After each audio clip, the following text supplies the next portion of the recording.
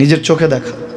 কিছুদিন আগে একটা জানাজা পড়িয়েছে, খোদার কসম করে বলছে 6:30 ইন্তেকাল করেছে। হসপিটালের বিল দেনেওয়ালা নাই, 4 সন্তান। অ্যাম্বুলেন্সে ঘরে ঘরে আসবে, 1000-1200 টাকার বিল দেনেওয়ালা নাই।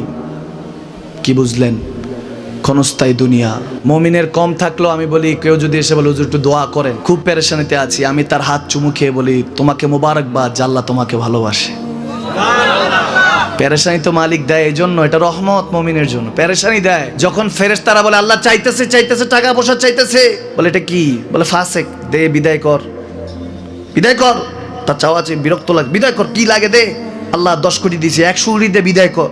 মুমিন যখন চাইতে থাকে আল্লাহ আমাকে কিছু লাগবে, যখন একটু করে চায় আমার মাটাকে সুস্থ করে দাও, বাবাটাকে আল্লাহ আমার স্ত্রীকে, আমার আমাকে একটু তৌফিক দাও, চাইতে থাকে মুমিন। আল্লাহ বলে যখন ফেরেশতারা দেখে মুমিন চাচ্ছে, দেরি করতে পারে না, তাড়াতাড়ি খাজানা নিয়ে দিতে নেবে, আল্লাহ বলে রাখোস না, এত